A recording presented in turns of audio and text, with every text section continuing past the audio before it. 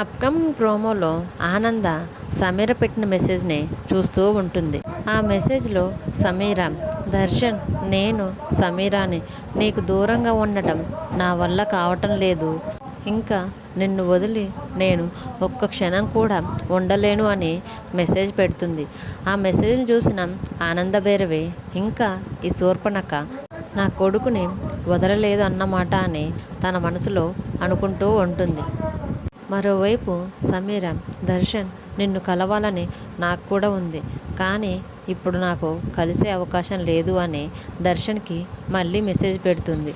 ఆ మెసేజ్లను చూసిన ఆనంద గారు మళ్ళీ దర్శన్కి కాల్ చేసినా చేస్తుంది.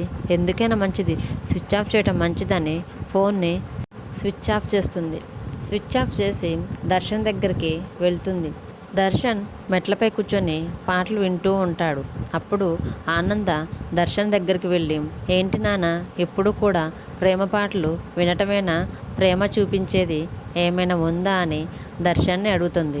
అప్పుడు దర్శన్, అలాంటి ప్రయత్నమే నేను చేస్తున్నానమ్మా. శరణ్యపై నాకున్న ప్రేమను ఎప్పటికప్పుడు శరణ్యకి చెప్పటానికి నేను ప్రయత్నిస్తూనే ఉన్నాను.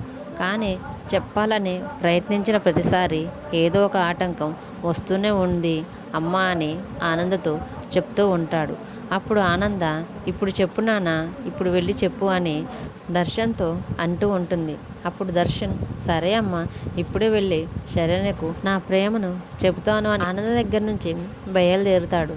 ఇంతటితో ఈ ప్రోమో ఎండ్ అవుతుంది. ఈ వీడియో కనుక మీకు నచ్చితే ప్లీజ్ లైక్ చేసి మన ఛానల్ని సబ్స్క్రైబ్ చేసుకోండి.